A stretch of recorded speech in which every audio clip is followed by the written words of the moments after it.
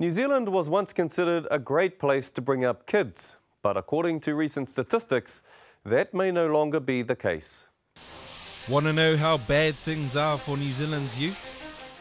The number of young people either out of work or out of training could fill the new Eden Park. 58,000 aged between 15 and 24 have nothing to get out of bed for. And while young people make up only 7% of the would-be workforce, they fill 27% of the overall unemployment figure. Compared to other developed countries in the OECD, we have the worst youth unemployment, the worst cannabis use, and the worst youth suicide figures. And the situation for Maori and Pacific youth is considered the worst of the worst. Nearly 1 in 3 Maori and Pacific young workers are now unemployed. The figures may be bleak, but for many rangatahi, their future looks even bleaker. Joining me to discuss the issues facing our rangatahi, we have the CEO of Waipareira Trust, John Tamihere, and Mereana Te Pere, a youth worker from South Auckland. Mereana, let's start with you. We've just seen the worst of the worst. Is it really that bad in South Auckland? I hate to say it, but yes, I think it is, especially in the heart of Marirua. I think our youth today, they are struggling to find options for themselves, and they're wanting the best, but the hard work that they need to put in for it is something that they're unakin to. Are they actually aware of how bad the situation is? Yes, I think so, and I think it's something that they accept now. You know, they see these statistics, they know, and sometimes they fulfil that role because they think that's where they need to go. Everyone else expects it of them, so that's what they're going to do. JT, you've worked with troubled youth for more than 20 years through the Waipareira Trust. How bad is it out that way?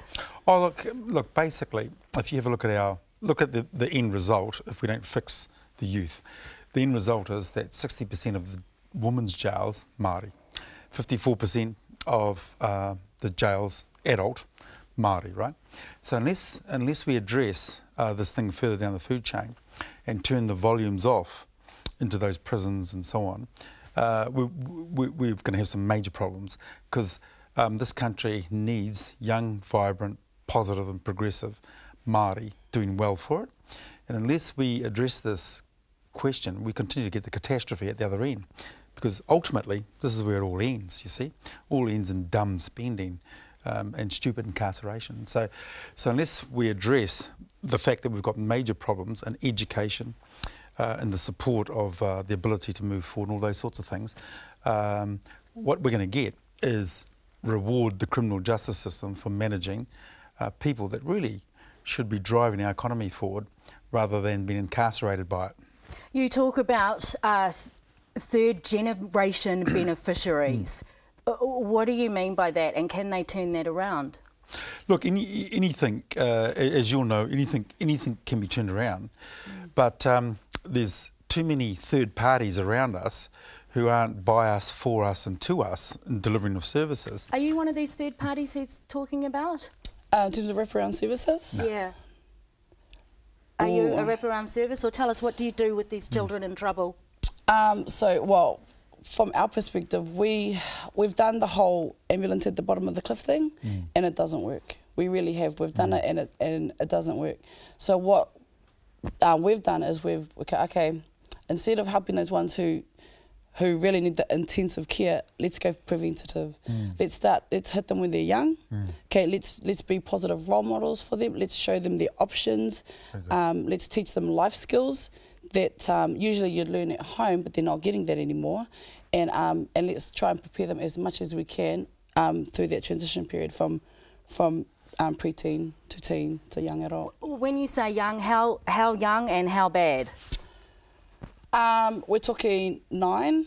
You know, youth committing crimes at 9. Youth being sexually active, 9, 10, 11, and sad to say, but it's becoming the norm. You know, it's socially acceptable in those young circles to be that way. You know, you're not normal if you're not doing that. JT, Waipareira have actually addressed these sorts of things. There's been all sorts of programs in terms of education. Do they want jobs?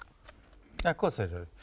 Here's the issue. The issue is, as rightly stated, we've only got about 15% or 20 max of our community. See, most of the Māori community does extraordinarily well. There's 500,000 of us out of prison. There's only 4,000 or 5,000 in prison tonight. The problem we've got is that we've got a hard group around that bottom end of 10 to 15% who are intergenerational, and they tip about 30% trying hard to get ahead. So what we've got to do is do the wraparounds that are occurring here to give that 30% a bit more life. That's all. We're always going to have a few problems. What we've got to do as a people is limit the numbers of them, and the type of programs run here in Manurewa, type of programs run elsewhere. You were Youth Minister in 2004. Yeah. How do you think the government is handling this right now? Yeah, but you see, we're running a bunch of surpluses, and so you could spray money everywhere to buy peace and a whole bunch of other things. The voucher system for teenagers, is that going to work, do you think? What do you think? Payment card? Yeah. No, I think it's a waste of time. I think if 16, 17-year-olds want smokes and alcohol, they're going to get them. You know, a little card's not going to stop them. I think the payment card initially was a good idea, but I think it doesn't serve any purpose other than to satisfy those national voters. Let's talk about the solutions. JT, you were dissing the Otorohanga Mayor recently. What was that about? No, I think that you can't say that there is no youth unemployment anywhere. Okay, and to believe that Otorohanga has no youth unemployment anywhere is not true. Everyone has it because the definition of youth is from 12 to 25 internationally, right? They're a very busy group of people. They're either forming relationships, identifying careers, identifying education paths, and so they're a very unusual group in that their unemployment rates are quite high for those reasons. So to suggest that a area in New Zealand is actually youth free of any youth being unemployed, I think really pushes boundaries, and I just wonder what the hell's going on there, or whether they've shipped all the youth to Hamilton or to Whakatane or somewhere else, because I can't believe it. Yeah. When you talk to young people, what sort of jobs do they want? Are they aware of how bad things are right now? You know, what do they want? Do they just want to go and get pregnant and stay on the benefit?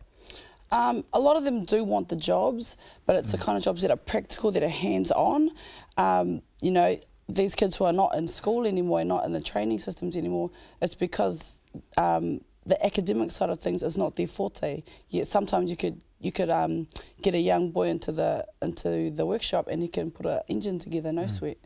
So it's the practical side that I think the government needs to put more emphasis on. With the training schemes in the past, you know, they've had good ideas, but it's been a numbers game. There's not really a concentration on the quality of education that they're getting. You know, it's just about pushing those numbers through so that it looks good. And so seriously, out of all the rangatahi that you see, how many of the women are opting to have a child and go on the benefit? I think particularly in the rural areas where it's even harder to get jobs, I do think young women who can't find a job, you know, 15, 16, 17, they're not in school anymore, the easy option is to go have a baby. Are young people angry? JT, Winston Peters thinks that it's only a moment in time until we experience youth anger such as what's happened in London. No, well, it's a stretch, and it's a stretch for this reason. One, we don't have the volumes. Two, we have a wonderful, contrary to popular belief, welfare system that actually you can get emergency benefits, youth benefits and a whole bunch of other things. There's always the spontaneity of the moment where at a certain gathering a flashpoint can occur and a riot can occur. Let's put that to one side. So I don't think in New Zealand what happened in London, so on and so forth, is a possibility. Other than the spontaneity riot, right? So good on Winnie, and God bless him if he wants to rev that up. Going back to what Mereana is saying, a lot of our problems are a lot of We've had riots, though. We had a riot in Queen Street when that happened. 1984. You think it could happen in South Auckland, don't you? I do. Not to the level that it's been in London, but I definitely think if... What, no looting, just houses on just fire or smashings, things like that? especially with our younger ones, like our 9 to 14-year-olds, if the setting's right, if there's enough of them to get together, if there's a buzz around it, I think they could cause some damage. I really do. Who do you blame? Why are there 9-year-olds on the street having sex and getting into trouble? I don't know if you could do a blame game about it, but I think if we're gonna stop this, we need to take it back to the home. You know, people like me, there's only so many of us, and there's only so much we can do. At the end of the day, they go home. Do you love your job? I really, really do love my job. You'd have to, wouldn't you? It'd be very hard. Yes, you have to be really optimistic and really resilient to stay in the kind of job that I do. What's Waipareira doing in terms of solutions for rangatahi, JT? Well, it's, we haven't got the time on this show to go through all that, but... just briefly and quickly. No, briefly, we've got major problems in our primary schools. To suggest that all our Māori parents are poor parents and are providing poor outcomes for their babies is absolutely wrong. A lot of our schools are failing our babies. End of story, simple. Teachers don't want to hear it. Principals don't want to hear it. It's a fact. And so when they get to secondary school, they can't participate in the secondary curricula, so they get excluded. Next minute, we've got a youth problem on the street. So one of our major problems is to wake up our education system that they owe us obligations and duties that the parents at home can't achieve, but they still love their babies. They get them there fed. It's a joke to suggest that our babies arrive at school underfed all the time. Some do, but very few. Most of our parents are extraordinarily good, but just don't have the skills to get them over the line.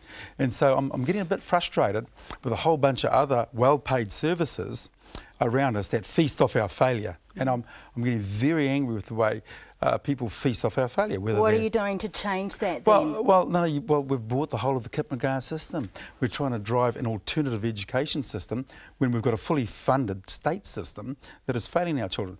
We've got a whole bunch of welfare agencies that want to continue to manage us rather than to lift us up and look at our strengths. And so a lot of our parents and a lot of they have strengths. They'll get regulated to buggery. I mean, that's the problem. What's your one bit of advice to rangatahi that you frequently give out? Gosh, on one particular topic, that's a hard one. If I had to give one piece of advice, it would be to listen to your own voice, inside you, and to be strong enough to stand up not only to those who you dislike, but also to your friends as well. Because young people, you know, they have their social groups, and that's the heart of who they are when they're going through that transition from, you know, a young kid to a young adult. So it would be to listen to your inner voice and what's coming from inside of you. Kia ora. Thank you so much, both of you, for coming in and talking about this. Back to you, Scotty. Kia ora, Jodie. Mereana JT, tēnā kōrua.